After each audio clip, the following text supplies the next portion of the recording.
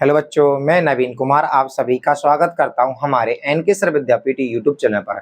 तो बच्चों, हम क्लास 12 बायोलॉजी का चैप्टर नंबर 2 मानव में जनन पढ़ रहे थे दोस्तों। इसमें हमने आपके लिए नर जनन तंत्र, मादा जनन तंत्र कंप्लीट करा दिया है बच्चों। आज हम पढ़ेंगे बच्चों युग्मक जनन, यानी कि युग्मकों का निर्माण किस प्रकार से होता है।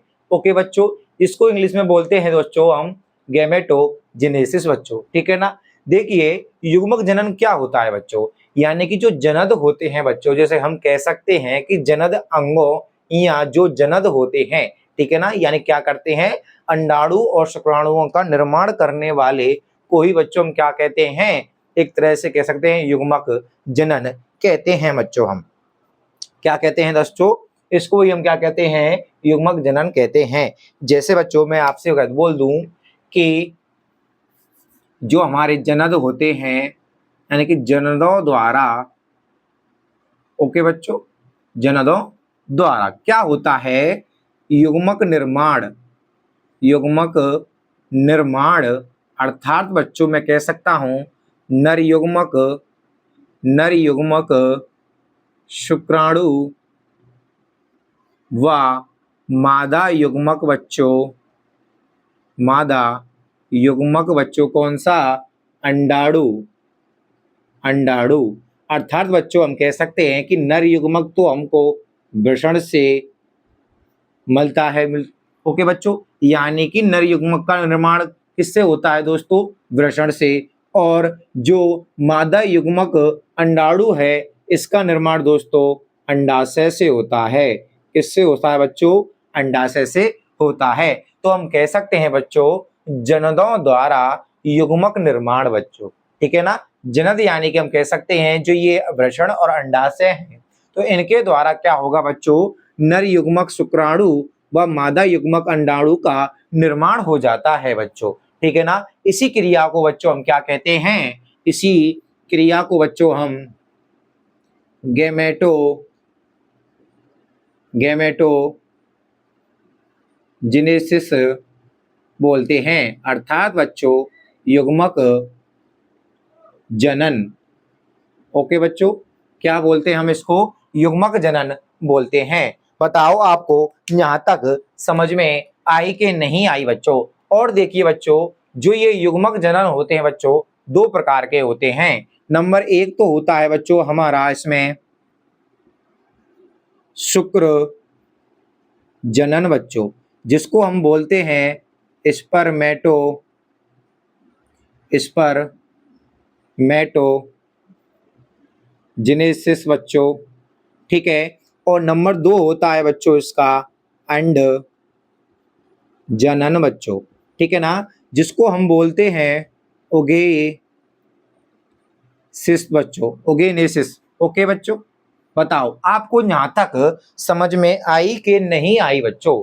जब हमने आपको बताया बच्चों कि युग्मक जनन में क्या होता है, जो जनद होते हैं या जनद अंग होते हैं, उनसे बच्चों युग्मक नर युग्मक, यानी नर युग्मक का निर्माण होगा। नर युग्मक कौन है बच्चों, हमारा इसमें शुक्राणु है। ये कहाँ से बनता है दोस्तों, वृषण से। और मादा युग्मक अंडाणु का भी निर्माण दोस्तों अंडाशय से होता है। जब इनका निर्माण हो जाता है बच्चों दोनों का, तो इसी क्रिया को बोलते हैं बच्चों हम युग्मक जनन या गैमेटोजेनेसिस बच्चों। बताओ कोई प्रॉब्लम है क्या, नहीं ना। इसके बाद देखिए बच्चों, जो हमारा ये होता है कौन सा, युग्मक जनन दो प्रकार का होता है। एक तो होता है शुक्र जनन, यानी कि स्पर्मेटोजेनेसिस, और नंबर दो होता है बच्चों हमारा अंड जनन, और इसको भी बोलते हैं हम दोस्तों ओगेनेसिस बच्चों, ठीक है ना। अब देखिए बच्चों, सबसे पहले हम पढ़ेंगे शुक्र जनन को बच्चों, ठीक है ना। किसको पढ़ेंगे हम, शुक्र जनन किसे कहते हैं, इसकी संरचना कैसे होती है, कौन कौन से हार्मोन इसमें कार्य करते हैं बच्चों, ठीक है। इसको डिटेल में पढ़ते हैं, इसको हम नेक्स्ट वीडियो में पढ़ेंगे। चलो इसका आप स्क्रीनशॉट लीजिए, फिर हम आगे पढ़ते हैं बच्चों। तो चलिए बच्चों, अब हम फर्स्ट हेडिंग पढ़ते हैं इसकी, शुक्र जनन या स्पर्मेटोजेनेसिस। दोस्तों किस चीज की पढ़ रहे हैं बच्चों, हम युग्मक जनन में पढ़ रहे हैं। फर्स्ट हेडिंग शुक्र जनन दोस्तों। ओके चलो देखिए दोस्तों, इसमें क्या होता है, जो नर जनन तंत्र का वृषण होता है, ठीक है ना दोस्तों। मैंने आपको जब नर जनन तंत्र पढ़ाया था, तो मैंने उसमें दोस्तों आपको वृषण के बारे में भी बताया था और उसकी जो शुक्र जनन नलिकाएं होती हैं उसको भी मैंने आपको पढ़ाया था बच्चों, ठीक है ना। कौन सी? शुक्र जनन नलिकाएं। तो मैंने आपको उसकी अनुप्रस्थ काट भी बताई थी कि हम एक पाली को बाहर निकालते हैं और पाली को बाहर निकालने के बाद ही बच्चों मैंने आपको जो शुक्र जनन कोशिकाएं होती हैं उसको भी मैंने बताया था, यानी कि पाली में जो शुक्र जनन नलिकाएं थी, ठीक है ना, शुक्र जनन कोशिकाएं थी दोस्तों, उसको मैंने बाहर निकाल के बताया था कि उसकी संरचना आपको किस प्रकार से दिखाई देती थी। ओके, तो उसमें दोस्तों आपको तीन क्या दिखाई दे रही थी? शुक्र जनन कोशिकाएं दिखाई दे रही थी, ठीक है ना। शुक्र जनन कोशिकाएं ये क्या है बच्चों? हमारी पाली में शुक्र जनन नलिकाएं होती हैं। क्या होती हैं बच्चों? ये हमारी पाली के अंदर है दोस्तों, ठीक है ना। जब मैंने आपको नर जनन तंत्र पढ़ाया था तो मैंने आपको बताया था कि एक पाली में बच्चों शुक्र जनन नलिकाएं होती हैं। तो इस प्रकार से मैंने आपको बताया था ना, ये तो आपकी पाली थी बच्चों, ठीक है। ये क्या थी? आपकी शुक्र जनन नलिकाएं थी, नलिकाएं थी। ओके, अब देखिए जैसे ही हमने इसको अनुप्रस्थ रूप के रूप में यानी काट काटा, किसकी? अनुप्रस्थ काट। ओके बच्चों, ये क्या है? इसकी अनुप्रस्थ काट है। चलो, अनुप्रस्थ काट ले ली हमने। अब क्या किया था? जो ये तीन आपको दिखाई दे रही हैं 1 2 3, ये क्या है बच्चों? शुक्र जनन नलिकाएं हैं, जैसा कि आपको दिखाई दे रहा है 1 2 3। और इसके बाहर क्या है दोस्तों? हमारा अंतराली अवकाश है, जिसमें दोस्तों क्या पाई जाती थी? हमारी इसमें अंतराली कोशिकाएं या लीडिंग सेल्स पाई जाती थी। ओके, ये लीजिए मैंने आपको इधर दिखा दिया है जिससे आपको अच्छी तरीका से समझ में आ जाएगा। ये क्या है बच्चों? हमारी लीडिंग सेल्स हैं, लीडिंग सेल्स। और इसमें जो ये अवकाश दिखाई दे रहा है ये हमारा अंतराली अवकाश है। ओके बच्चों, चलो इतना तो आपको समझ में आ गया। और ये क्या है? हमारी शुक्र जनन नलिकाएं हैं, ठीक है बच्चों। अब मैं क्या करता हूं बच्चों, इसमें से ये तीन दिखाई दे रही हैं आपकी शुक्र जनन नलिकाएं, क्या मैं इसको एक को बाहर निकाल लेता हूं? जैसे मैंने इसको बाहर निकाला, ठीक है ना, किसको? इसमें से एक को बाहर निकाल लिया जिसमें ये तीन दिखाई दे रही हैं। अब मैं क्या करता हूं बच्चों, इसमें इस प्रकार की जो संरचना आपको मैंने बना के दिखाई थी पहले बच्चों, ठीक है, फिर बना दी है, ये लीजिए। अब क्या करना है बच्चों, इसमें जो ये नलिकाएं हमारी कौन सी शुक्र जनन नलिका है, इसमें दोस्तों मैंने आपको बताया था दो कोशिकाएं और भी पाई जाती हैं। क्या पाई जाती हैं बच्चों?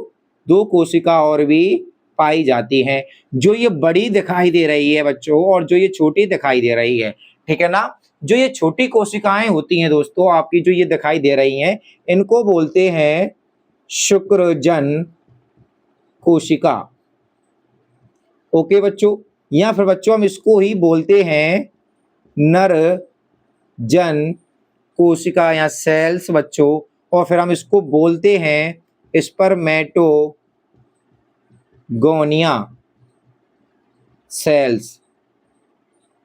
ओके बच्चों, बताओ कोई परेशानी है क्या आपको कि ये जो शुक्र जन कोशिकाएं हैं, नर जन सेल्स, स्पर्मेटोगोनिया सेल्स, और जो ये बड़ी है ये है बच्चों हमारी सर्टोली सेल्स बच्चों।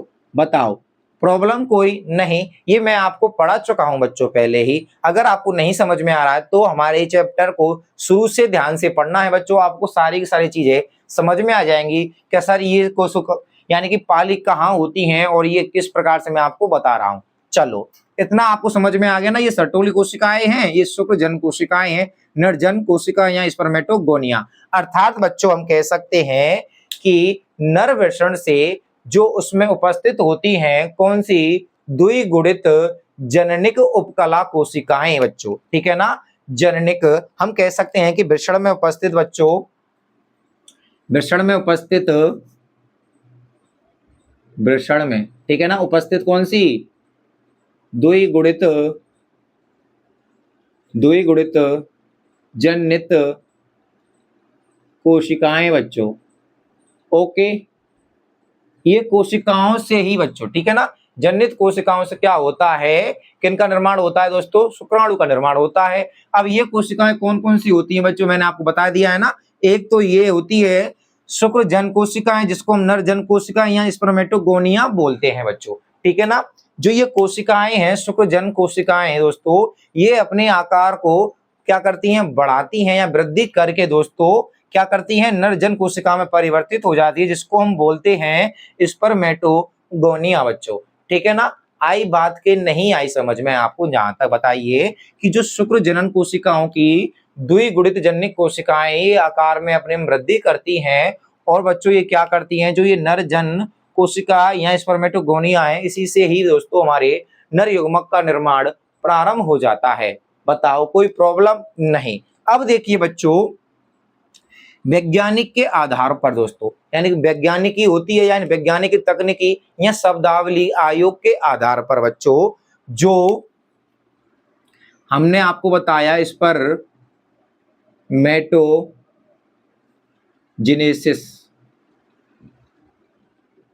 ओके बच्चों, स्पर्मेटोजेनेसिस का दोस्तों जो हिंदी अर्थ होता है, हिंदी अर्थ वो होता है बच्चों शुक्र जनन बच्चों, ठीक है। परंतु बच्चों एक और चीज होती है, स्पर्मेटो नहीं होता है इसमें, इसमें होता है स्पर्मियोसिस, ठीक है ना, स्पर्मियोजेनेसिस बच्चों, ठीक है ना, स्पर्मियोजेनेसिस ये होता है। इसका अर्थ होता है बच्चों हमारा शुक्राणु जनन बच्चों। बताओ कोई प्रॉब्लम है क्या बच्चों आपको इधर के बारे में, कि जो बच्चों वैज्ञानिक तकनीकी होती हैं, या फिर हम कह सकते हैं जो शब्दावली आयोग होता है उसके आधार पर बच्चों स्पर्मेटोजेनेसिस जो होता है इसको हिंदी में बोलते हैं बच्चों शुक्र जनन, ठीक है। और जो स्पर्मियोजेनेसिस होता है बच्चों, जेनेसिस मैंने केवल सा लिख दिया, जेनेसिस, ठीक है बच्चों, इसको बोलते हैं शुक्राणु जनन बच्चों। क्या बोलते हैं हम, शुक्राणु जनन। ओके चलो इससे आगे चलते हैं बच्चों। जो ये शुक्राणु जनन होता है हमारा, जो शुक्र जनन होता है बच्चों, ये शुक्र जनन इसको दो भागों में बांटा गया है बच्चों। कितने भागों में बच्चों, दो भागों में, ठीक है ना। नंबर एक होता है बच्चों शुक्राणु प्रसूं, जिसको बोलते हैं हम या स्पर्मेटिस्ट, ठीक है ना। इसका निर्माण यानी कि स्पर्मेटिस्ट का निर्माण, एक में तो क्या होगा बच्चों, इसमें क्या होगा, शुक्राणु प्रसूं या स्पर्मेटिस्ट का निर्माण हो जाता है। चलो इतना आपको समझ में आया कि नहीं आया। जो हमारा बच्चों शुक्र जनन होता है इसको दो भागों में बांटा गया है। इसमें क्या होगा बच्चों, नंबर एक क्रिया तो होती है कि शुक्राणु प्रसूं जो होता है जिसको हम बोलते हैं स्पर्मेटिस्ट का निर्माण बच्चों, एक तो ये होती है, ठीक है ना। और सेकंड में क्या होता है बच्चों, जो हमारा शुक्राणु प्रसूआ है, ठीक है ना, शुक्राणु प्रसूओं का, या बच्चों हम कह सकते हैं स्पर्मेटिस्ट का बच्चों क्या होगा, इसमें शुक्राणुओं में रूपांतरण होता है।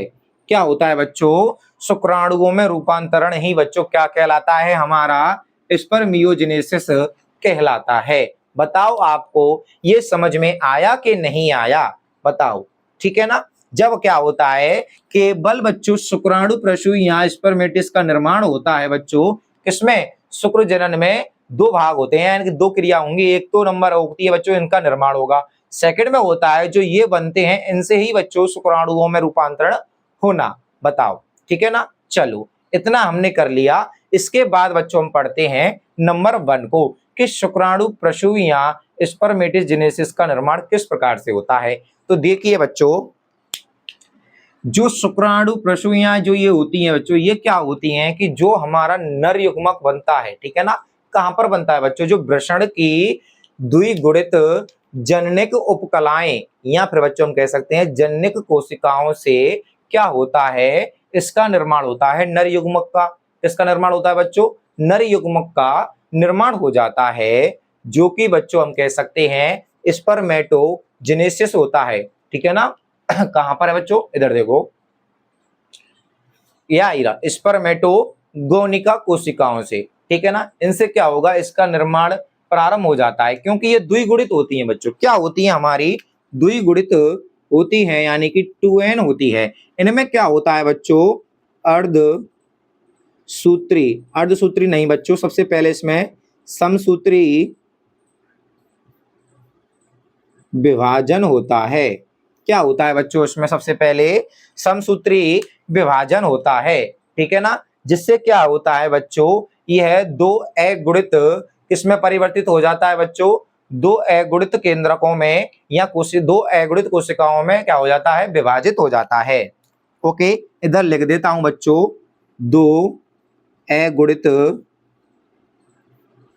सेल्स में क्या हो जाता है, परिवर्तित हो जाता है, और इसी को ही बच्चों हम बोलते हैं गुणन अवस्था। हम कह सकते हैं बच्चों, जो यानी कि जो शुक्राणु का निर्माण होता है 3 अवस्थाओं में होता है। नंबर 1 अवस्था होती है बच्चों गुणन अवस्था। ओके बच्चों, सेकंड जो होती है वो होती है बच्चों वृद्धि अवस्था, और जो नंबर 3 होती है बच्चों वो होती है परिपक्वन अवस्था। बताओ, कोई प्रॉब्लम है क्या बच्चों आपको, कि जब बच्चों शुक्राणु का निर्माण होता है तो ये 3 अवस्थाएं 100% होती हैं। आपको मैंने बता दिया है बच्चों कि जो वृषण है हमारा, ये इसमें जो पालिया उपस्थित हैं, इसमें जो बच्चों द्विगुणित कोशिकाएं, यानी कि जो ये द्विगुणित कोशिकाएं तो हैं बच्चों, जिसमें क्या रहता है बच्चों, हमारा शुक्राणु भरे रहते हैं। क्या रहते हैं बच्चों, शुक्राणु। और शुक्राणुओं की संख्या बच्चों कितनी होती है, यानी दोस्तों हम कह सकते हैं कि इसमें क्रोमोसोमों की संख्या कितनी होगी, 46 क्रोमोसोम होते हैं। क्रोमोसोम होते हैं किसमें बच्चों, एक तरह से दोस्तों अगुणित कोशिकाओं में। ठीक है ना, कितने हो गए, 46 क्रोमोसोम उपस्थित रहते हैं, जिसको हम गुणसूत्र बोलते हैं। क्या बोलते हैं बच्चों, गुणसूत्र बोलते हैं। अब देखिए, गुणन अवस्था प्रारंभ हो जाती है कब, जब इसमें समसूत्री विभाजन हो जाता है।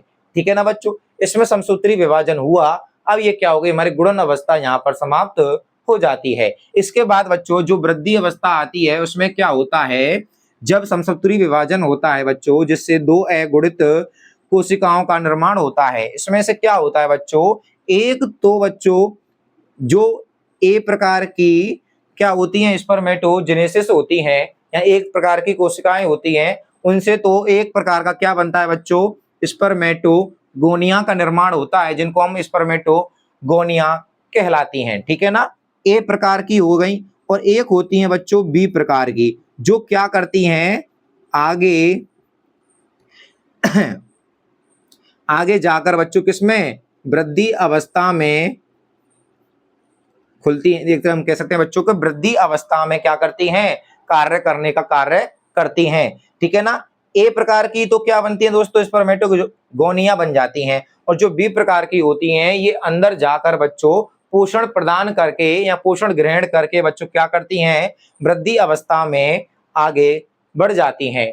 ठीक है ना, वृद्धि अवस्था में बढ़ जाने के बाद क्या होता है बच्चों, एक तरह से हम कह सकते हैं वृद्धि अवस्था होती है ना बच्चों, इसमें क्या होता है, जो ये स्पर्मेटोगोनियम होते हैं। ठीक है ना बच्चों, कौन से, ये जो स्पर्मेटोगोनियम होते हैं, ये क्या करते हैं, वृद्धि करके बच्चों एक तरह से क्या कर लेते हैं, प्राइमरी, इधर लिख देता हूं बच्चों, प्राथमिक प्राथमिक शुक्राणु सेल्स बच्चों, यानी कि कोशिका, जिसको हम बोलते हैं या स्पर्मेटोसाइट्स का निर्माण करते हैं। ठीक है ना, प्राथमिक शुक्राणु कोशिका या स्पर्मेटोसाइट का निर्माण करती हैं। कौन बच्चों, हमारी जो ये वृद्धि कोशिकाएं होती हैं, इसमें क्या होता है बच्चों, जो स्पर्मेटोगोनियम होता है, ये परिपक्व होकर, यानी दोस्तों हम कह सकते हैं कि आगे वृद्धि करके बच्चों प्राथमिक शुक्राणु सेल्स यानी कि स्पर्मेटोसाइट्स का निर्माण कर देते हैं बच्चों। ओके, अब इसके बाद आती है बच्चों हमारी तीसरी अवस्था, जिसको बोलते हैं हम परिपक्व अवस्था। इसमें क्या होता है बच्चों, इधर देखिए, जैसे मैं आपको साफ कर देता हूं इधर से और फिर बताता हूं। देखो जैसे मैं इधर से साफ कर देता हूं बच्चों, ये तो आपको पता ही है, पहले ही पढ़ा चुका हूं मैं, ठीक है। देखिए इधर इसमें क्या होगा बच्चों, जो हमारी ये प्राथमिक, इसमें बच्चों तीसरी अवस्था कौन सी है हमारी, परिपक्वन, ठीक है ना।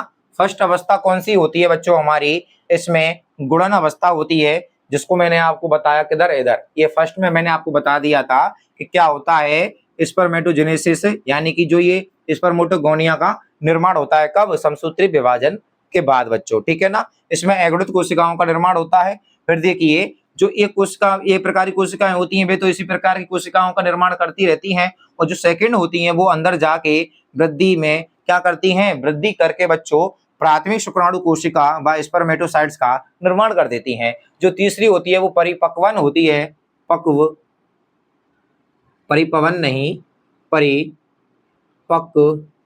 दोस्तों, ठीक है ना। इसमें क्या होता है, जो ये प्राथमिक हमारी प्राथमिक शुक्राणु बच्चों, ठीक है ना, प्राथमिक शुक्राणु सेल्स बच्चों, ठीक है ना, इसमें क्या होता है, प्रथम अर्धसूत्री विभाजन होता है, प्रथम अर्धसूत्री, ओके बच्चों ओके बच्चों सॉरी, यानी कि प्रथम अर्धसूत्री विभाजन होता है। इसको बच्चों हम बोलते हैं मियोसिस, ओके, मियोसिस फर्स्ट। जिससे क्या होता है बच्चों हमारा, इसको जब ये मियोसिस फर्स्ट हो जाता है बच्चों, तो हमारा यहाँ पर द्वितीयक शुक्राणु कोशिका, शुक्राणु सेल्स, ठीक है ना, जिसको हम क्या बोलेंगे बच्चों, सेकेंड स्पर्मेटोसिस भी बोल सकते हैं। तो द्वितीयक शुक्राणु कोशिका का निर्माण हो जाता है, और इसमें भी दोस्तों क्या होता है कि जो ये द्वितीयक शुक्राणु कोशिकाएं होती हैं, इनमें अगला पद, यानी कि हम कह सकते हैं जो इन्हीं कोशिकाओं में बच्चों जो अगला पद होता है, अर्थात इसमें भी विभाजन हो जाता है। क्या होता है बच्चों, विभाजन हो जाता है इन कोशिकाओं में। कौन सा होगा, इसमें फर्स्ट हो गया, इसमें द्वितीय, द्वितीय अर्धसूत्री विभाजन हो जाता है, जिसे हम बोलते हैं मियोसिस सेकंड बच्चों, ठीक है ना, क्या बोलते हैं, मियोसिस सेकंड। इसमें भी क्या होता है बच्चों कि एक प्रकार से इनका निर्माण हो जाता है, ठीक है। इनके निर्माण होने को ही क्या बोलते हैं बच्चों, हम कह सकते हैं कि अगुणित कोशिकाओं का निर्माण होता है, ओके। चूंकि दोस्तों अगुणित अवस्थाएं हमारी कैसी होती हैं, इसमें स्पर्मेटिस का निर्माण, ठीक है ना, तो इसमें भी दो स्पर्मेटिस का निर्माण हो जाता है, स्पर्मेटिस्ट, ठीक है बच्चों, यानी कि शुक्राणु प्रशु, ठीक है ना। अब देखिए दो और दो करके बच्चों कितने हो जाते हैं, चार, क्योंकि फर्स्ट में दो यहां पर हो जाएंगे बच्चों और दो यहां पर, ठीक है ना, क्योंकि इसमें भी दो स्पर्म अगुणित कोशिकाओं का निर्माण होगा, इसमें भी दो अगुणित कोशिकाओं का निर्माण होंगे, तो टोटल बच्चों इसमें चार हमारे क्या हो जाते हैं, शुक्राणु प्रशी का निर्माण हो जाता है, ओके बच्चों। तो हम कह सकते हैं कि ये तो क्या हो गई बच्चों, हमारी फर्स्ट अवस्था यहाँ पर कंप्लीट हो जाती है, ठीक है ना। कौन सी, ये वाली जो फर्स्ट अवस्था है ये कंप्लीट हो गई। अब आती है बच्चों हमारी सेकंड, कि शुक्राणु प्रसूओं या स्पर्मेटिस का शुक्राणुओं में रूपांतरण किस प्रकार से होगा बच्चों। तो देखिए आप इसका स्क्रीनशॉट लेना चाहते हैं तो बच्चों स्क्रीनशॉट लीजिए, वरना आपको नोट्स तो बच्चों हमारे टेलीग्राम चैनल पर ही मिल जाएंगे, कोई टेंशन की बात नहीं है बच्चों। टेलीग्राम चैनल की लिंक दोस्तों हमारे वीडियो की डिस्क्रिप्शन में मिल जाएगी। तो चलिए इसको साफ करते हैं और सेकंड को हम पढ़ते हैं। ये जो हमारा सेकंड है कौन सा है, मैंने आपको बताया था, सेकंड को बोलते हैं बच्चों नंबर सेकंड, यानी कि जो शुक्राणु प्रशुओं का क्या होगा बच्चों, इसमें जो शुक्राणु प्रशु होते हैं उनका शुक्राणुओं में रूपांतरण, जिसको हम बच्चों बोल सकते हैं शुक्राणु जनन, ओके। क्या बोल सकते हैं बच्चों, शुक्राणु जनन, अर्थात स्पर्मियोजेनेसिस, ओके बच्चों। चलो पढ़ना प्रारंभ करते हैं इसमें क्या होता है बच्चों, जब जो फर्स्ट अवस्था होती है, मैंने आपको बता दिया था, शुक्राणु प्रसू जो होते हैं वे कैसे प्रकृति के होते हैं बच्चों, यानी कि अचल प्रकृति के होते हैं, अर्थात वे चलने फिरने में असमर्थ होते हैं। अर्थात इसमें क्या होगा बच्चों, जो हमारे अचल गोलाकार आकृति के जो शुक्राणु थे बच्चों, ठीक है ना, जो हमारे अचल गोलाकार आकृति के जो शुक्राणु हैं बच्चों,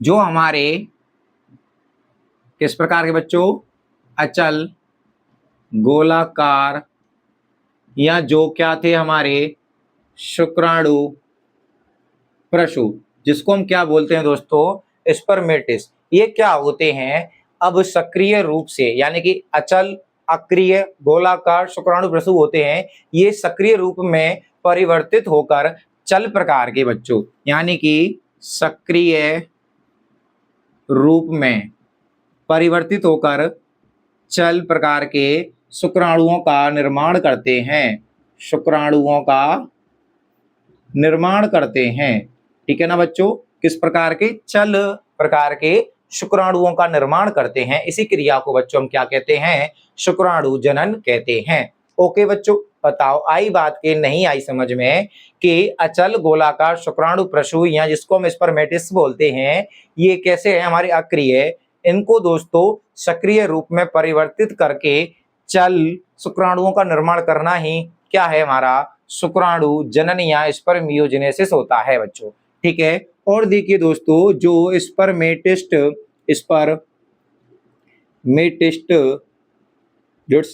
जो होते हैं, इसकी जो गोल्जी काय होती है बच्चों, क्या होती है, गोल्जी काय, ये जो शुक्राणु का जो शीर्ष होता है बच्चों, क्या होता है, शुक्राणु का जो शीर्ष होता है उसका एक्रोसोम बनाती है, एक्रोसोम का निर्माण करती है बच्चों, क्या करती है, एक्रोसोम का निर्माण कर देती है। और देखिए बच्चों कि शुक्राणु जनन में जो परिवर्तन होते हैं, शुक्राणु जनन में परिवर्तन बच्चों, ठीक है ना, जो शुक्राणु जनन में परिवर्तन होते हैं बच्चों, वो जो हमारी सर्टोली कोशिकाएं हैं, कौन सी बच्चों, सर्टोली सेल्स जो होती हैं, इसकी जो कोशिका द्रव्य होता है बच्चों, कौन सा, कोशिका द्रव्य, ठीक है ना, कि सर्टोली कोशिकाओं का जो कोशिका द्रव्य होता है, तो कोशिका द्रव्य के जो बलन है बच्चों, कोशिका द्रव्य के बलनों में होता है। ओके बच्चों,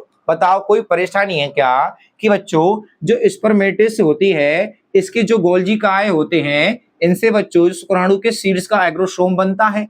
ओके, और शुक्राणु जनन में जो परिवर्तन होते हैं बच्चों, वो सर्टोली कोशिकाओं के कोशिका द्रव्य के बलनों में होते हैं। चलो और देखिए बच्चों,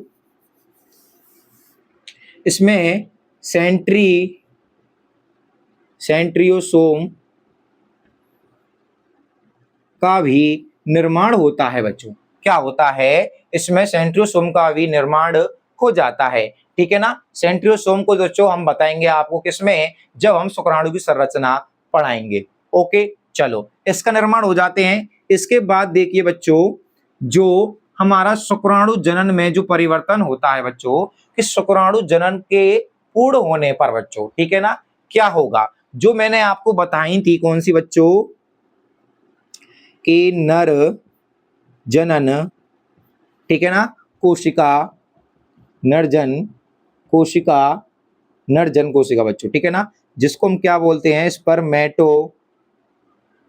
स्पर्मेटोगोनिया, ठीक है ना। नरजन कोशिकाओं से दोस्तों क्या होता है, जब मैंने आपको बताया था जो वृषण की नरजन कोशिकाओं से बच्चों शुक्राणुओं का, यानी कि शुक्र जनन कोशिकाओं में पहुंचना, ठीक है ना, कि यहां से बच्चों, ठीक है ना, नरजन कोशिकाएं, क्योंकि स्पर्मेटोगोनिया में ही तो बच्चों किसका निर्माण होता है, नर युग्मक का निर्माण होता है। तो नर युग्मक का बच्चों कहां से बच्चों, नरजन कोशिकाओं से कहां पर पहुंचना, शुक्र जनन कोशिकाओं से, ठीक है ना, यहां पर पहुंच जाती हैं। फिर बच्चों क्या होती है, यहां से फिर ये वृषण जालिका में पढ़ाया ना बच्चे आपको मैंने वृषण जालिका में, फिर अधिवृषण में पहुंचती है, ठीक है ना। इसी प्रकार से आगे की जो क्रिया थी मैंने आपको पहले ही बता दी है। तो हम कह सकते हैं कि नर जन कोशिकाओं जो स्पर्मेटोगोनिया है, यहाँ से निकलकर दोस्तों ये जो शुक्र जनन की जो गुहा होती है वहां पर पहुंच जाती हैं। ओके बच्चों, तो ये क्या हो जाता है बच्चों, हमारा नर जनन तंत्र का जो सॉरी बच्चों कि युग्मक जनन का दोस्तों शुक्राणु जनन यहाँ पर कंप्लीट होता है। इसके बाद बच्चों जो शुक्राणु जनन का जो हार्मोनल होता है कि भाई जो कौन कौन से हार्मोन होते हैं उसको बच्चों हम आपको बताएंगे इससे अगली वीडियो में, जिसमें हम आपको बताने वाले हैं शुक्राणु की संरचना, शुक्राणु का निर्माण किस हार्मोन के कारण होता है और कौन कौन से हार्मोन किस कोशिकाओं को उत्तेजित करते हैं उसमें, और अंड जनन के बारे में बच्चों। ठीक है, वीडियो आपको बच्चों पसंद आई है तो प्लीज हमारे चैनल को सब्सक्राइब कीजिए, अपने दोस्तों के साथ इसे शेयर कीजिए बच्चों। और नोट्स की आपको अगर चाहिए बच्चों इसके, तो आप हमारे टेलीग्राम चैनल से जुड़िए जिस पर हमने आपको पहले से ही इनको उपलब्ध करा रखे हैं बच्चों। ठीक है, आपको टेलीग्राम चैनल ज्वाइन करना है या व्हाट्सएप ग्रुप से जुड़ जाइए दोस्तों, जिसमें आप हमसे चैट करके बोल सकते हैं कि सर हमको नोट्स नहीं मिल रहे हैं या हमको नोट्स साफाई से नहीं मिले हैं। ओके बच्चों, टेलीग्राम चैनल से जुड़ना ना भूलें बच्चों, क्योंकि इसके सारे नोट्स के हमारे उसी टेलीग्राम चैनल पर मिलते हैं। धन्यवाद दोस्तों, जय हिंद, जय भारत।